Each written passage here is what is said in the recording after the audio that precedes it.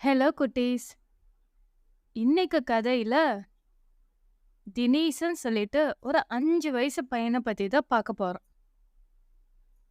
அவன் அவங்க அப்பா அம்மாவுக்கு ஒரே பையன். ரொம்ப செல்லம். அவங்க அப்பா அம்மா அவன் மேல ரொம்ப பாசமா இருப்பாங்க. அவன் கூட ஸ்பெண்ட் பண்றது கொஞ்ச நேரமா இருந்தாலும் நல்லா ஃபுல்லா அவன் கூடவே நல்லா விளையாடுவாங்க. ஏன்னா 2 பேருமே வேலைக்கு போறாங்க. வேலைக்கு போறதுனால, தான் பையன் கூட ஸ்பெண்ட் பண்ற டைம் ரொம்ப குறைச்சலா இருக்குங்கிறதுனால, எப்பப்பலாம் அவங்களுக்கு சான்ஸ் கிடைக்குதோ, அந்த கொஞ்ச நேரத்தையும் மொபைலு, டிவி, ஃபங்ஷன் அது இதுன்னு அவங்க வேஸ்ட் பண்ணவே மாட்டாங்க. முதல் ப்ரிஃபரன்ஸ் அவங்க பையன் தினேஷ்க்கு மட்டும் தான். அதனாலவே தினேஷ்க்கு அவங்க அப்பா, அம்மானா ரொம்ப பிரியம். அதே மாரி ஸ்கூல்ல நல்லா படிக்கிற பையன், ரொம்ப டிசிப்ளினான பையன். ஃப்ரெண்ட்ஸோட பர்த்டே பார்ட்டி, ஏதாவது ஃபங்ஷன் அப்படின்னு யாராவது ஃப்ரெண்ட்ஸ் வாடா விளையாடலாம் அப்படின்னு எங்கேயாவது வெளியே கூப்பிட்டாலும் இவன் போகவே மாட்டான். அன்னைக்கு அவங்க அப்பா அம்மா வீட்ல இருக்காங்க அப்படின்னு தெரிஞ்சிட்டா, என்ன ஃப்ரெண்ட்ஸா இருந்தா என்ன? எனக்கு என் அப்பா அம்மா தான் முக்கியம்னு அவங்க கூட தான் டைம் ஸ்பெண்ட் பண்ணுவானே.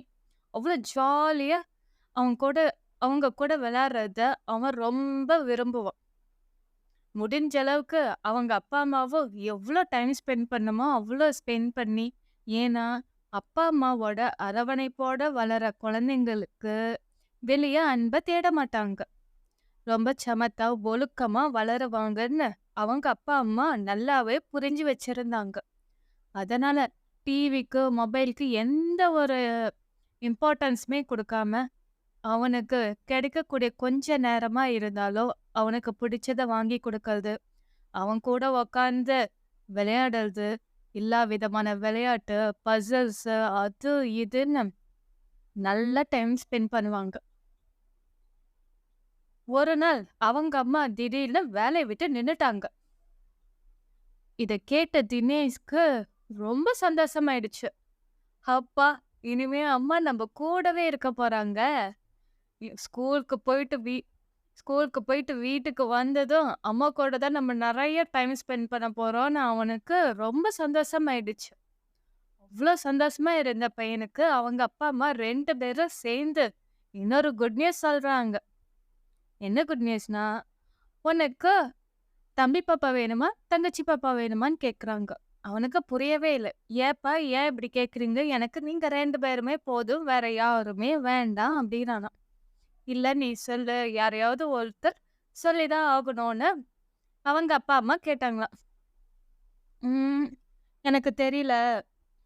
எனக்கு யாரும் வேண்டாம். எனக்கு நீங்க 2 பேர் மட்டும் தான் வேணும்" அப்படின்னு அவன் கோபமா போயிடுறான். அப்புறம் தான் அவன எப்படியோ சமாதானப்படுத்தி அவங்க அந்த குட் நியூஸ் சொல்றாங்க. "அம்மாக்கு இன்னும் சில மாசத்துல ஒரு பாப்பா பொறக்க போகுது. அது தம்பியாவும் இருக்கலாம், தங்கச்சியாவும் இருக்கலாங்கிறாங்க." இத கேட்டு தினேஷ் ரொம்ப அப்செட் ஆயிடுறான். அச்சச்சோ! அப்பா, அம்மா நமக்கு மட்டும் தான் நம்ப நெனச்சுக்கிட்டு இருந்தோம். இப்ப இன்னொரு பாப்பா வந்துருச்சா அப்படின்னா, நம்ம மேல இவ்ளோ பிரியமா இருக்கிறவங்க, அந்த பாப்பாவ தானே ரொம்ப கொஞ்சுவாங்க, நெறைய டைம் ஸ்பெண்ட் பண்ணுவாங்க அப்படின்னு அவன் ரொம்ப வருத்தப்பட ஆரம்பிச்சுட்டான். ஏன்னா, அவனுக்கு ரொம்ப கவலையா போயிடுச்சு. இவங்க 2 பேருமே வேலைக்கு போறேங்கிற இதுல, நம்ம கூட ஸ்பெண்ட் பண்ண டைமும் ரொம்ப குறைச்சலு. இப்ப இன்னொரு பாப்பாவும் வந்துட்டா, நம்ப கிட்ட பிரியமாவே இருக்க மாட்டாங்க. இதே மாதிரி அன்பா, பாசமா இருக்க மாட்டாங்கன்னு, அவனே பல வகையில கற்பனை பண்ணிக்கிட்டு, தம் தன்ன நோகடிச்சுக்கிட்டான். அதனால அவங்க அப்பாகிட்டயும், அம்மாகிட்டயும் டைம் ஸ்பெண்ட் பண்றத கொஞ்சம் கொஞ்சமா அவனுக்கே தெரியாம குறைச்சிட்டு வந்துட்டான். அவங்க அப்பா, அம்மாவும் "வாடா கண்ணா விளையாடலாம்" அப்படின்னு கூப்பிட்டாலும் அவன் விளையாட மாட்டான். "சரி எங்கேயாவது வெளிய போலாமா? உனக்கு புடிச்சத சாப்பிடலாமா? ஐஸ்கிரீம் ஆர்டர் பண்ணட்டுமான்னு?" எத கேட்டாலும் "வேண்டாம், எனக்கு வேண்டாம்" அப்படின்னு சொல்லி அவாய்ட் பண்ணிக்கிட்டே போனான். இப்படியே ஒவ்வொரு மாசமா போச்சு. அவங்க அம்மா வயிறு பெருசாக ஆக, அவனுக்கு ஒரு பக்கம் சந்தோஷமாவும் இருந்துச்சு. அத அவனால புரிஞ்சுக்கவே முடியல. ஏதோ ஒரு இனம் புரியாத ஒரு சந்தோஷம். மனசுக்குள்ள அவனால உணர முடிஞ்சது. ஆனா அதே பக்கம், அப்பா, அம்மா நமக்கு மட்டும் தான் இருந்தோம். ஆனா இன்னொரு பாப்பா வந்துரும் அப்படின்னு அவனுக்கு அந்த ஒரு கவலையும் இருந்துச்சு. ஒரு நாள் அவங்க அப்பா, அம்மா டாக்டர் கிட்ட கூட்டிட்டு போனாங்க ஸ்கேனிங்க்காக. "இந்த பாரு, இந்த பாப்பா வந்து ஸ்கேன் பண்ணுவாங்க. இந்த மானிட்டர்ல தெரியும்" அப்படின்னாங்க. அத பார்த்ததும் அவனுக்கு அழுகையே வந்துடுச்சு. அவனால அந்த எமோஷன்ஸ வெளிப்படுத்தவே முடியல. அது சந்தோஷமானதா, இல்ல துக்கமானதான்னு அவனுக்கு புரியவே இல்ல. அந்த மானிட்டர்ல குழந்தையோட அசைவெல்லாம் பார்த்ததும், அவங்க அப்பா, அம்மா ரொம்ப சந்தோஷப்பட்டுட்டு, அதே மானிட்டரையே பார்த்துட்டு இருந்தாங்க. ஆனா தினேஷ் அவங்க அப்பா, அம்மாவையே பார்த்துட்டு இருந்தான். வயித்துக்குள்ள இருக்கிற குழந்தைய இவ்ளோ பார்த்துக்கிறாங்க. நம்ம இங்க நின்னுகிட்டு இருக்கோம், நம்மள பார்க்க மாட்டேங்கிறாங்கன்ட்டு, ஒரு பக்கம் ஜெலஸாவும் ஃபீல் பண்ணான். இன்னொரு பக்கம் வருத்தமும் பட்டான். இவங்க கொஞ்சம் கொஞ்சமா அந்த குழந்தை மேல அன்ப காட்டுறாங்கன்ட்டு, அவன் மனசு ரொம்ப சங்கடமா போச்சு. இது எல்லாமே தேவையில்லாத கற்பனைன்னு அவனுக்கு புரியவே இல்ல. இப்படியே போய்க்கிட்டே இருந்துச்சு. டெலிவரி டைம் வந்துடுச்சு அவங்க அம்மாவுக்கு. அப்புறம் எல்லாரும் ஹாஸ்பிட்டல் கூட்டிட்டு போனாங்க. அவங்க அம்மா டெலிவரிக்காக உள்ள போயிட்டாங்க. இவன் அவங்க அப்பா, தாத்தா, பாட்டியோட வெளிய வெயிட் பண்ணிக்கிட்டு இருக்கான். ரொம்ப கஷ்டமா தான் இருக்கிறான்.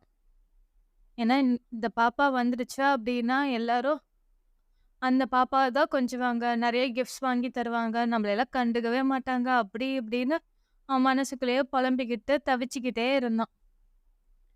அப்புறம் குழந்தை பொறந்துடுச்சுன்னு குழந்தைய தூக்கிட்டு வந்தாங்க. நர்ஸ். நர்ஸ் கிட்ட சொல்லி, இந்த பாப்பாவ தினேஷ் கிட்ட குடுங்கன்ட்டு தினேஷ் கையில ஃபர்ஸ்ட்டு குடுத்துட்டாங்க.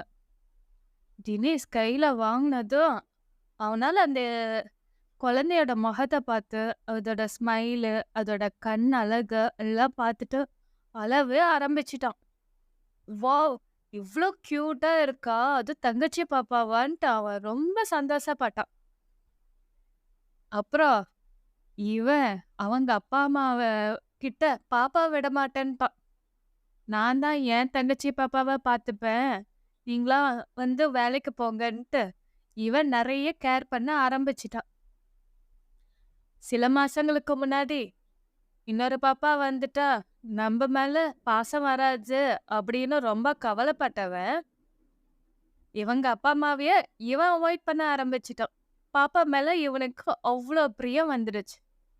ஏன்னா, என் தங்கச்சி பாப்பா, நான் தான் நல்லா பார்த்துப்பேன். உங்களுக்குலாம் தெரியாதுன்ட்டு, அவங்க அம்மாக்கு, அவங்க அப்பாவுக்கு நெறைய சின்ன சின்ன வேலையில தங்கச்சிய பார்த்துக்கிறதுக்கான எல்லா வேலையும் இவனே இழுத்து போட்டு செய்ய ஆரம்பிச்சுட்டான். அவங்க அம்மாவுக்கு ரொம்ப சந்தோஷமா ஆயிடுச்சு. அப்புறம், "இப்போ ஓகேவா? நீ என்ன எங்க மேல கோபமா தான் என்ன இருக்கிறியா?" அப்படின்னு கேட்டாங்க. ஃபர்ஸ்ட்டு கோபமா தான் இருந்தேன். ஆனா பாப்பா பார்த்ததும், எனக்கு அந்த கோபம்லாம் காணாம போயிடுச்சு. எவ்ளோ அழகான பாப்பாவ நான் என் தங்கச்சியா அடைஞ்சதுக்கு நான் ரொம்ப ஹாப்பியா ஃபீல் பண்றேன். அப்படின்னு தினேஷ் சொன்னானாம். இனிமே பாப்பாவ நான் தான் நெறைய பார்த்துப்பேன் அப்படின்னு. அட பாவி! எங்களோட அன்பு உனக்கு கிடைக்காதுன்னு நீ ஃபீல் பண்ணிக்கிட்டு இருந்த. இப்ப பார்க்க போனா, நீ எங்களுக்கு குடுக்க வேண்டிய அன்பையும் சேர்த்து நீ உன் தங்கச்சி பாப்பாவுக்கு குடுத்துருவ போல இருக்கே! அப்டின்ட்டு அவங்க அம்மாவும், அப்பாவும் சொன்னாங்களாம். அவன் ரொம்ப சிரிச்சு சந்தோஷமா வாழ்ந்தாங்களாம். இதான் கிட்ஸ். இந்த காலத்துல குழந்தை பொறக்கிறதுங்கிறது சாதாரண விஷயம் தான். ஆனா, வேலை பளு இதனால அப்பா, அம்மாவுக்குலாம் பார்த்தீங்கன்னா, ஒரு 5 இயர்ஸ் கழிச்சு, 6 இயர்ஸ் கழிச்சு தான் நெக்ஸ்ட் பேபியே பொறக்குறாங்க. அத நீங்க மனசார அக்செப்ட் பண்ணிக்கணும். ஏன்னா, உங்க கூட விளையாடுறதுக்கு ஃப்ரெண்ட்ஸ தேடுறதுக்கு பதிலா, பிரதரோ, சிஸ்டரோ உங்க கூட இருந்தா இன்னும் ஜாலியா தானே இருக்கும். ஹாப்பியா இருக்கலாம் இல்லையா? ஏன் வெளிய போய் ஃப்ரெண்ட்ஸ தேடணும்? சொல்லுங்க. அதனால உங்கள விட ரொம்ப சின்ன பையனா இருக்கான். நீங்க 7 இயர்ஸா இருக்கீங்க. இப்பதான் அம்மாவுக்கு குழந்தை பொறந்திருக்கு. இந்த இத்தன வருஷம் கேப் இருந்தாலும், நீங்க உங்க அப்பா, அம்மாவுக்கு சப்போர்ட் பண்ணணும். அதே மாரி அந்த குழந்தைய அன்பா, பத்திரமா பார்த்துக்கணும். அப்படி பார்த்துக்கிட்டீங்கன்னா, உங்க அப்பா, அம்மா ரொம்ப சந்தோஷப்படுவாங்க. Okay. Thank you kids. Good night.